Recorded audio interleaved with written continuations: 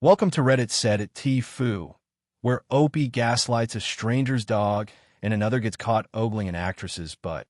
Story 1 by BenjiFenwick. TIFU by renaming someone's dog. Today I messed up by renaming somebody's dog. So I was at a celebration of life, and a few family members I had never met were there. These people brought their dog. I didn't know whose dog he was. I was swimming as the celebration of life was at a lake, and the dog comes up to me. He didn't have a name on his collar. So I looked at him and decided he looked like a Paolo, so I started calling him Paolo. I did this for the 3-day celebration until one of the owners saw what I was doing and asked why I was calling him Paolo. I said no one told me his name, and he looks like a Paolo. They then told me his name was Benjamin. I said sorry he had been listening to Paolo, so I just went with it. They asked what I meant, so I walked away and called for him using Paolo. He ran right over and sat down. They then tried to call him using Benjamin. He didn't move. They tried again, nothing. Twice more they tried nothing. Then they said Paolo, and he ran right over. They gave him a middle name of Paolo that day. I'll probably never see them again, but I'll forever know their dog is now Benjamin Paolo because of me. Mini update. I was just informed he was a rescue, and they changed his name to Benjamin when they got him. Maybe his name was Paolo all along. TLDR. At a celebration of life, there was a dog I didn't know. Couldn't find his name, called him Paolo. He then wouldn't respond to his actual name, and his name had to be changed from Benjamin to Benjamin Paolo. Story 2 by Fukushimafan. TIFU by trying to clear ice and accidentally ending up on my neighborhood Facebook group. There's a huge block of ice blocking the drain that drains water from the road. Because of this, water has been gathering in a big puddle on the road and creating a growing pothole visible under the water. On the colder days, it freezes and makes the road slippery. People have called the city about this, and nothing gets done. The city workers don't operate in this area. Anyways, after slipping on this ice for what seems like the 100th time during my daily commute, I decided to take matters into my own hands. When I made it home, I grabbed a snow shovel and started breaking the ice to free the drain. The ice was really stubborn and I couldn't see the drain, but I knew that it was there. After a few hours, I decided to call it a day. The next day, I used a saw to saw the ice. Still, it didn't budge. Then I used a pickaxe on the ice. It worked better than the shovel. Still, I couldn't completely break through the meter of ice. I decided to put more road salt on it in a last attempt. After that, I went back inside. I checked my Facebook, and there was a post on the community group that said, "Whoever is the parent of that kid breaking the ice, please get your kid. They're blocking the road." Where I live, nobody wants to splash a kid with road water because it is like the bare minimum of what you can get sued for. So nobody wanted to drive by too fast. They all drove slowly to avoid splashing what they thought was somebody's kid. I told the original poster that it was my kid and asked them to take the picture down. They did take the picture down. I knew I was short, but I didn't know that I was that short. TLDR. Try to clear ice off a drain near the road. Ended up mildly inconveniencing others. Someone took my picture and posted on the local Facebook group thinking I was someone's kid. Story 3 by Passage Pretend 8705. TIFU. Accidentally went to a networking event for black people. I am white. I feel terrible. I feel I've really messed up here and I'm mortified. I've been out of a job for ages, so when I saw a post on LinkedIn about a networking event hosted by one company at a different company's venue that said it was an event open to everyone working in my industry, looking to network with people who work in roles like mine, I jumped at the chance and RSVP'd to the email in the post. I should have looked up the hosting company.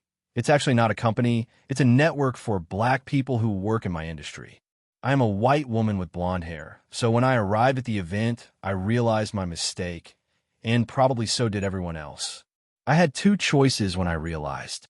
Make a fake excuse and leave the event immediately so that I'm out of the way, but this could have been offensive like I didn't want to be there. Stay open mind, open heart. Try to listen and see if I can learn how to be a better ally to level up those who are more junior in this industry than me. And do the networking. I chose option 2. Was that the right choice? Everyone I spoke to was so lovely and welcoming, particularly the hosts, and I did some networking, but I can't shake the guilt and embarrassment. I'm such an idiot. I literally cried all the way back home over 1 hour and can't stop. Should I message the host to apologize profusely? How do I make this right? Is it better just to leave it?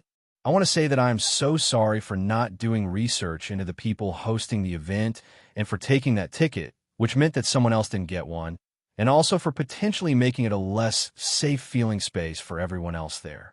It would be good to understand if an apology would be well received or if it would make it even worse.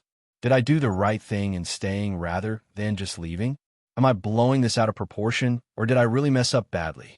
Story 4 by _metalbat_man. TIFU by emptying a 3-hole punch waste tray. Well, this happened a few days ago, but the consequences just arrived moments ago. I work in a small office of only 3 to 4 people. My boss replaced our crummy printer with a brand new printer 3 months ago. It was a remarkable printer, perhaps too heavy-duty for the amount of printing we do, but a welcome upgrade. One thing I was not fond of regarding this new printer was how it sounded when opening the doors to replace toner, fix paper jams, or conduct any other maintenance duties. I'm used to office equipment doors that softly click when I open or shut them. This new printer made harsh cracks and snaps when opening or closing anything, and it often required such force that I'd be afraid I was trying to open something that doesn't open. One pleasant feature of our new printer was that it could 3-hole punch anything we printed. I used this quite a bit. Last Monday, I forgot to take my ADHD meds. My mind kind of jumps from task to task at random, and even though I hadn't used the 3-hole punch feature of the printer that day, I thought to myself, I should figure out how to dispose of the 3-hole punch circles in the printer. I opened a few of the doors of the printer, searching for a waste tray. Couldn't find it. Searched on YouTube for instructions. Found a model close enough to my printer, seemed simple enough to empty. I found a black tray, but it was screwed shut. I thought that it was weird that a hole punch waste tray would be screwed shut, but shrugged it off. I was really determined to dispose of these hole punches. After I unscrewed it, the tray only came out a little bit.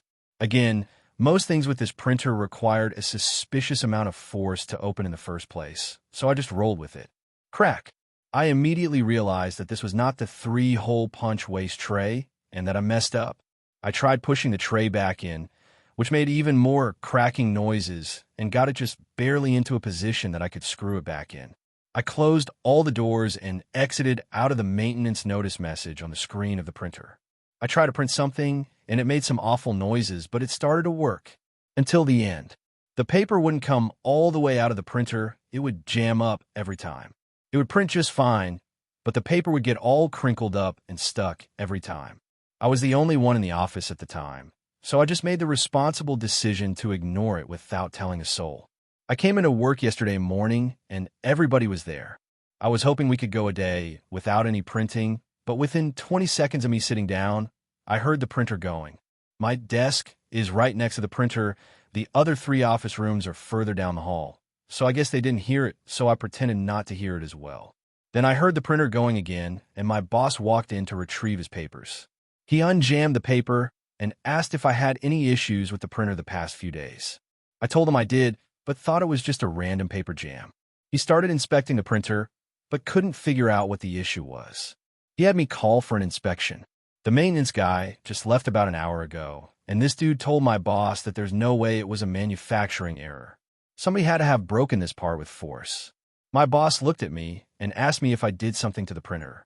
I lied by telling him that I did when I was trying to fix the paper jam issue yesterday, and that I maybe accidentally bumped something I wasn't supposed to. I don't know why I lied. I'm generally honest. I guess I thought I was in too deep to turn around. Anyway, gonna cost $600 to $900 to repair. We're using the old one for now. Additionally, I just found a 3-hole punch tray, and it was only about 5% full. TLDR, I attempted to empty my new office printer's 3-hole punch paper waste tray, but broke an expensive part of the printer instead.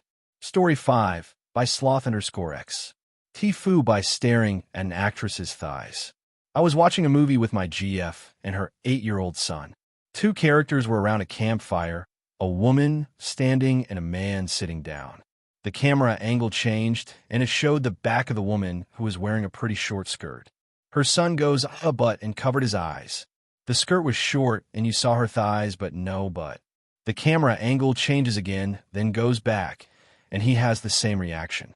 A butt and covers his eyes. I speak up and tell him, "It's just her legs, dude. It's okay." And he goes, "Know the guys, but..."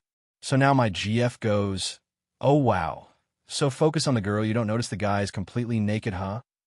She isn't actually upset, but yet definitely a foot and mouth moment, lol. TLDR. So distracted by a girl's legs in a movie scene, I didn't realize the male character was naked. That's all for this video. Thanks for watching. Any feedback is greatly appreciated. Ciao.